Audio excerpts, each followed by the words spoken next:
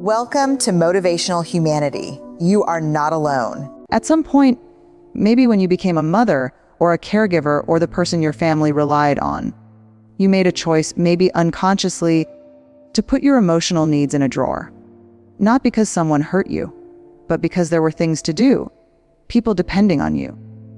And vulnerability felt like a luxury you couldn't afford, a distraction from the work of keeping everything running. And here's the saddest part of that: it worked. You kept everything running. The children got raised, the household got managed, the crisis got handled. You showed up every single time. But that drawer, you kept pushing things into it without ever emptying it. And now it doesn't close quite right. And every once in a while something falls out at an unexpected moment, in an unguarded second, and you feel this rush of emotion that seems disproportionate to whatever just triggered it. You cry at a commercial. You feel inexplicably undone by a piece of music. You snap at someone you love over something small, and later you sit with the shame of it, not understanding where it came from. It came from the drawer. It came from years of postponed feeling. I want to say something now that might push back against everything culture has told you about strength. Emotional self-sufficiency, the ability to need nothing from anyone, to process everything alone, to never burden another person with your interior life, is not a virtue. I'll say it again because it's worth letting it said. It is not a virtue. It looks like one. It gets praised like one. Other women admire it. She's so strong. She just handles everything. Nothing ever gets to her. And you wear that as a badge of honor because what's the alternative? Being weak? Being a burden? God forbid. But here's the psychological truth, and decades of research backs this up. Human beings are not built for emotional isolation. We are wired, at the cellular level, for connection, for witnessing and being witnessed, for the particular kind of nervous system regulation that only happens when another safe human being looks at you and says, "I see you, I hear you. You're not alone in this." When we cut ourselves off from that, when we decide, consciously or not, that we don't need it or don't deserve it or can't risk it, we don't become stronger. We become more brittle, more defended, and underneath all that beautiful competence, lonelier than we'd ever dare admit. There's a term in psychology called compulsive self-reliance. It describes people, often people who were let down early, or who took on adult responsibilities too young, or who learned that depending on others ends in disappointment, who've essentially trained themselves to function without emotional support. They're the ones who say, "I'm fine" as a reflex, who insist on handling things alone as a matter of identity, who feel a flash of irritation or even contempt when they watch others struggle openly, because some part of them can't afford to envy what they've decided they don't need. Does any of that live in you? Even a little? It's okay if it does. There's no judgment here. In fact, if you recognize yourself in that, I want you to hear this with as much gentleness as I can offer. That self-reliance kept you safe when safety wasn't guaranteed. It was adaptive. It was smart. You were doing what you had to do. But you're not in that same place anymore. Or maybe you are. I don't know your life. But I do know this: the strategies that protect us in one season can imprison us in another. And the quiet whispers you've been ignoring, the ones that say, "I want to be known, I want to be held, I want to stop carrying this alone," those aren't weaknesses surfacing. That's wisdom. That's the truest part of you, the part that has survived everything you've thrown at her, finally saying, "I think it's time." So we've named it. We've traced it back to its roots, followed the thread of all that careful closing down through the years. And maybe right now you're feeling something that sits somewhere between relief and resistance. Relief because finally, someone is saying what you've felt but couldn't quite articulate. And resistance because understanding something and actually doing something about it are two very different countries, separated by a wide and terrifying ocean. I know that ocean, and I'm not going to tell you to just dive in. That's not how this works. That's not how people work.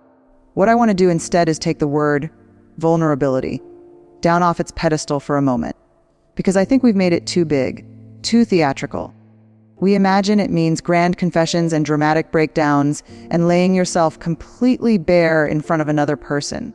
And for women who've spent decades keeping things contained, that image isn't inspiring, it's terrifying. It feels like being asked to demolish the house you've been living in without anywhere else to go. So let's make it smaller. Let's make it honest. Let's talk about what vulnerability actually looks like in a real life. On a regular Tuesday, for a woman who's still figuring this out, vulnerability isn't a grand gesture. It's a small, deliberate act of truth-telling. It's saying I've been struggling lately instead of I'm fine. It's calling a friend not because you have good news to share, but because you're having a hard week and you just want to hear a familiar voice. It's telling your adult child, I was scared when that happened. More scared than I let on. It's sitting across from your doctor, or your therapist, or your pastor, or whoever holds that sacred role in your life. And when they ask how you're really doing, not deflecting. Just answering. Even if your voice shakes a little, even if the words feel strange in your mouth from lack of use. That's it. That's the practice. Not the demolishing of the house. Just opening one window. Letting a little air in. Now, I want to be honest with you about something because you deserve honesty more than you deserve comfort. Vulnerability has a cost. Not always, but sometimes. There will be people in your life, people you love, people who love you, who are not equipped to receive what you offer when you open up, who will get uncomfortable, who will try to fix it too quickly or minimize it or change the subject because your vulnerability has brushed up against their unprocessed feelings and they don't know what to do with that. That will hurt. And when it happens, the old voice will be right there, ready, see. This is why you keep things to yourself. This is why you don't need people. Don't let it win. Because that moment, that awkward, disappointing, painful moment, isn't evidence that vulnerability was wrong. It's evidence that you chose the wrong container for it. Not every person is a safe harbor for your softest truths. Part of the wisdom of this season of your life is learning to tell the difference. There's a phrase I love, not everyone deserves your story. Vulnerability doesn't mean broadcasting your interior life to anyone who asks. It means carefully, intentionally choosing the people who have earned the right to hear it, who've shown you, through their actions and their consistency and their own willingness to be real with you, that they can hold what you bring them without dropping it. That discernment, that knowing, isn't caution. It's wisdom, and it's part of the practice. There's another piece of this that doesn't get talked about enough, and I think it might be the most important thing I say today. Before you can be vulnerable with anyone else, and I mean genuinely soul-level vulnerable, not performatively vulnerable, you have to be willing to be vulnerable with yourself. And that is the harder practice. Because we are experts at managing our own interiors. We keep ourselves busy so we don't have to sit with things. We stay useful so we don't have to feel purposeless. We stay in motion so we don't have to grieve. We reach for the wine or the scrolling or the endless business of a full calendar, not because we're weak, but because stillness asks questions we haven't answered yet. What do I actually want? Not what do my children need, or my partner, or my aging parent, or my employer. What do I want? What am I grieving that I haven't given myself permission to grieve? What truth about my life am I not looking at directly? These questions are not comfortable. They live in the sanctuary of your quietest moments, the ones you've been filling with noise. And learning to sit with them without immediately reaching for a solution or a distraction is one of the most vulnerable things a person can do. Because you can't run from yourself and be present for others at the same time. It doesn't work. The same walls that keep other people out keep you out too. And until you're willing to sit in the room of your own life, really sit there, with all the unspoken truths and the postponed grief and the dreams you set aside and the things you're still angry about, you can't fully show up anywhere else. So here is what the practice looks like in its most honest and unglamorous form. It looks like journaling at the kitchen table before anyone else is up. Writing sentences you've never said out loud. It looks like a therapy session where you finally tell the truth in the last 5 minutes. You know the one. Where you've been circling the real thing for 45 minutes and then it tumbles out as you're putting your coat on. And then you go back next week and lead with it. It looks like a conversation with a friend where you say, I need to tell you something. And I don't need you to fix it. I just need you to listen. And giving her permission to just be present and trusting that presence is enough. It looks like crying when you need to cry, instead of waiting until you're alone in the car. Not always, not in every context, but sometimes, letting someone see your tears, letting them mean something. It looks like saying I was wrong when you were wrong, not as punishment, but as intimacy. Because there is something so quietly powerful about a woman who can own her mistakes without collapsing into shame. It's one of the most disarming, connection-building things a human being can do. It looks like saying I love you first, without knowing if it will land the way you hope. Without a guarantee. It looks like I'm scared, and I miss you, and I need help with this, and I don't know what I'm doing. Said out loud, to another person in real time. Small sentences, enormous courage. And here's what happens. Not every time, not magically, but over time with the right people in the right moments. When you start practicing this, the loneliness shifts. Not because your circumstances change necessarily. Not because someone rides in and finally sees you completely and loves every part of what they find. But because you begin to feel less like a guest in your own life. Less like you're performing a version of yourself and waiting to be caught. You start to recognize the exhaustion of the performance, and you start slowly, imperfectly, bravely to put it down. And the sanctuary you've been seeking, the deep, quiet, held feeling you've been hungry for, it starts to grow from the inside out. Because here's the truth at the center of all of this. You can't receive love in the places you've armored. Connection can only enter through the openings. And every time you allow yourself to be seen, really seen, even just a little, you are creating a new opening, not a wound, an opening. There's a difference. And learning to feel that difference. To know in your body that being open is not the same as being broken. That is the work. And it is the most worthwhile work you will ever do. We've traveled a long way together in this conversation. And I want you to notice something before we go any further. You're still here. You didn't turn away when it got uncomfortable. You didn't skip ahead when it got too close to something real. You stayed. And I don't think that's a small thing. I think that's exactly the kind of quiet, unheroic courage that vulnerability is actually made of. Not the dramatic leap off the cliff, but the willingness to stay in the room when the room gets hard.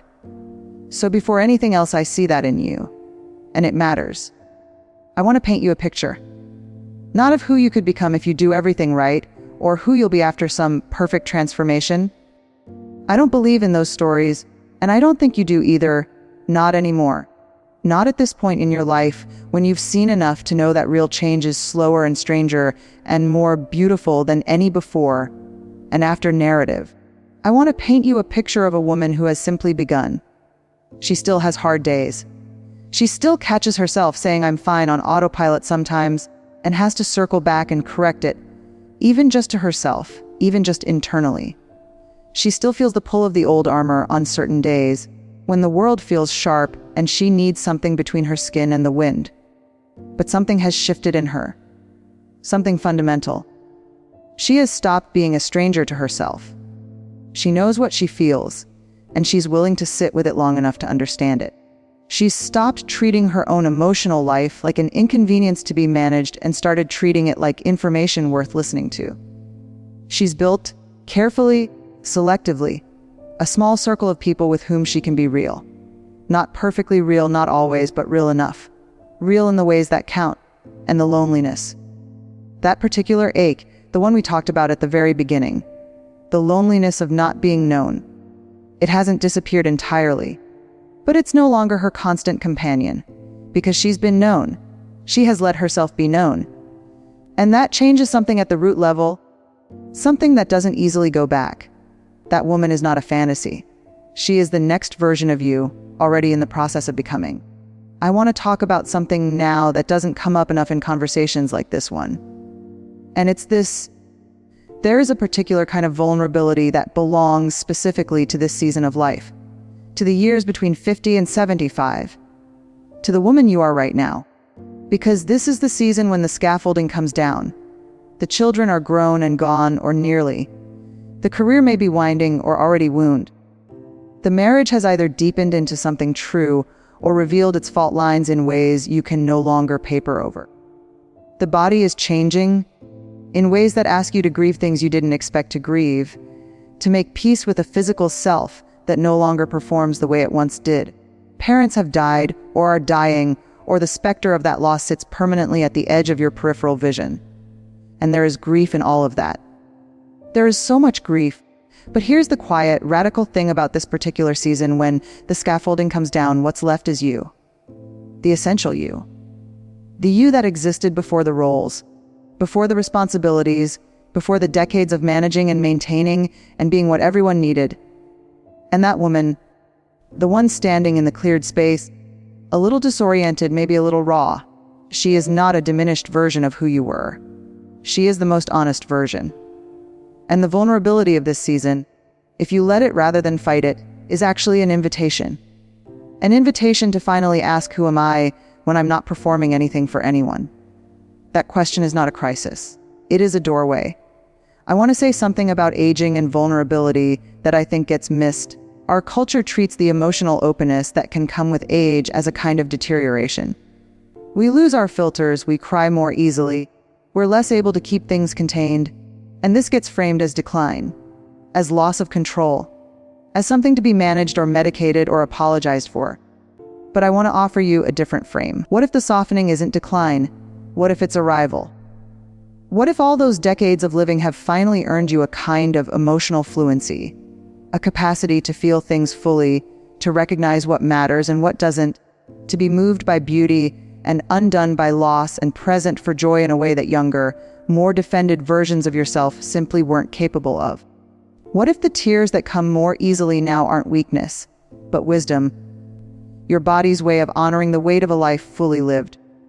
There is a particular kind of woman, and I suspect you know one, maybe you're becoming one, who has moved through enough to have stopped pretending, who has weathered enough that performance feels like too much work, who has loved enough and lost enough and survived enough to know that the only thing worth giving anyone, including yourself, is the truth. She is not reckless with it. She is not raw and unfiltered and messy for the sake of it. She has wisdom about where and when and with whom. But inside those boundaries, she is fully present, fully herself. And there is something magnetic about her, not because she has it all together, but because she has stopped pretending she does.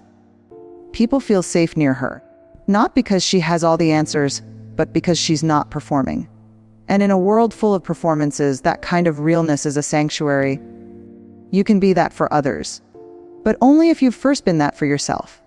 So here's what I want to leave you with. Not a list of steps, not an action plan. You have enough of those. Just a few true things, said as gently and directly as I know how. The closed places in you are not character flaws. They are the record of everything you survived. Honor that.